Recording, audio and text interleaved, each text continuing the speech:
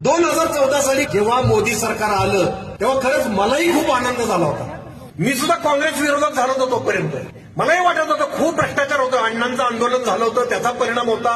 नाही आता मोदी आले पाहिजे, अच्छे दिन येणार असं वाटायला लागलं. 100 दिवसात काळा पैसा परत आणणार म्हटले ते, प्रत्येकाच्या खात्यावर 15-15 लाख येणार. म्हटलं काय नाही झालं तरी चालेल, एक पायरी जरी आपण आत्ता आहोत त्यापेक्षा वर गेलो तरी बस.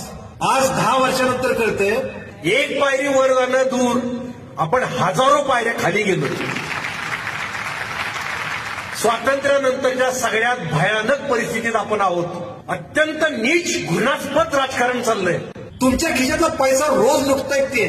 शेतकऱ्यांना सांगतात तुमच्या खात्यात 2000 टाकले, आपण खुश व्हायचं. भिकारी आहे का आपण? अरे आपलाच पैसा आहे तो. आपल्याला युरिया आपल्या खतं मिळत होती 2014 साली 400-450 एक पोतं मिळायचं. एमआरपी होती 499 रुपये. आज तेच पोतं 1250 मिळतंय. त्याच्यावर एमआरपी दाखवतायत